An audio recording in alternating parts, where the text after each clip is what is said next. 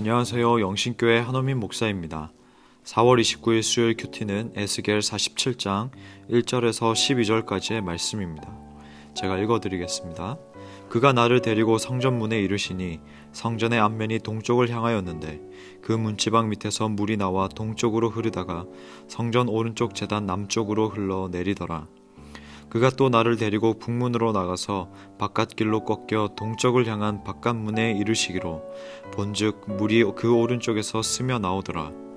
그 사람이 손에 줄을 잡고 동쪽으로 나아가며 천척을 측량한 후에 내게 그 물을 건너게 하시니 물이 발목에 오르더니 다시 천척을 측량하고 내게 물을 건너게 하시니 물이 무릎에 오르고 다시 천척을 측량하고 내게 물을 건너게 하시니 물이 허리에 오르고 다시 천척을 측량하시니 물이 내가 건너지 못할 강이 된지라.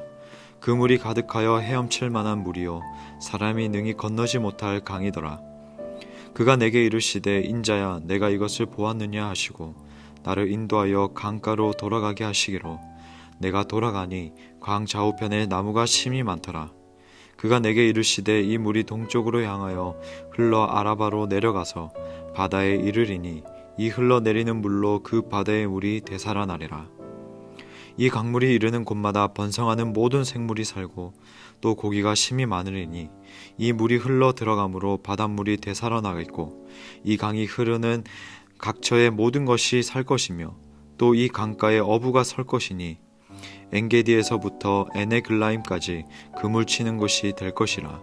그 고기가 각기 종류를 따라 큰 바다의 고기같이 심이 많으려니와 그 진펄과 개펄은 되살아나지 못하고 소금 땅이 될 것이며 강 좌우가에는 각종 먹을 과실나무가 자라서 그 잎이 시들지 아니하며 열매가 끊이지 아니하고 달마다 새 열매를 맺으리니 그 물이 성소를 통하여 나옴이라.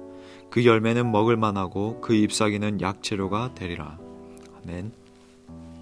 47장에 있는 환상은 성전에서 흘러나오는 강물에 관한 것입니다. 에스겔 47장 1절 말씀을 보면 그가 나를 데리고 성전 문에 이르시니 성전의 앞면이 동쪽을 향하였는데 그 문지방 밑에서 물이 나와 동쪽으로 흐르다가 성전 오른쪽 제단 남쪽으로 흘러 내리더라. 우리나라 개념으로 보면 건물을 지었는데 그 밑에서 물이 나온다면 그것은 잘못 지은 건물입니다.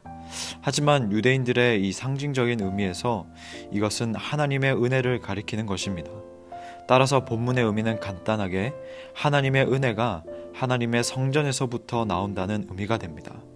이 하나님의 은혜를 상징하는 물은 동쪽으로 흐르면서 강을 이루게 되고 이 물, 즉 하나님의 은혜가 닿는 모든 곳은 생명을 얻게 됩니다. 에스겔 47장을 통하여 에스겔 선지자가 표현하고 싶었던 의미는 하나님의 은혜가 하나님의 성전에서부터 흘러나와서 건조하고 황량한 세상에 생명을 불어넣는다는 말씀입니다.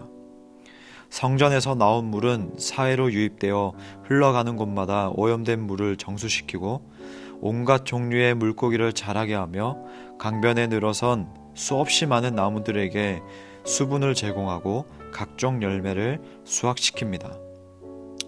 이 물을 통해서 세 가지가 일어나는데요. 첫 번째는 이 물을 통해 치료가 일어납니다.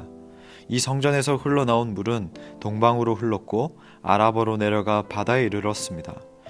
이제는 바닷물도 이 물로 인해서 치료함을 받게 됩니다. 다음으로 물은 생명체가 살도록 합니다. 물이 있는 곳에 많은 고기들과 모든 생물들이 살게 됩니다. 마지막으로 생명을 유지시킵니다. 늪과 습지는 소금 땅이 되고 강 좌우에는 실과나무의 새 실과와 잎사귀는 먹을 양식이 됩니다. 여기서 잠깐 11절 말씀을 살펴보면 11절 말씀은 부정적인 말씀처럼 보입니다. 하지만 당시 제사와 생활에 있어서 소금은 필수적이었고 소금을 얻을 수 있는 장소가 여전히 남아있을 것이라는 11절의 말씀은 부정적인 의미가 아니라 긍정적인 의미입니다.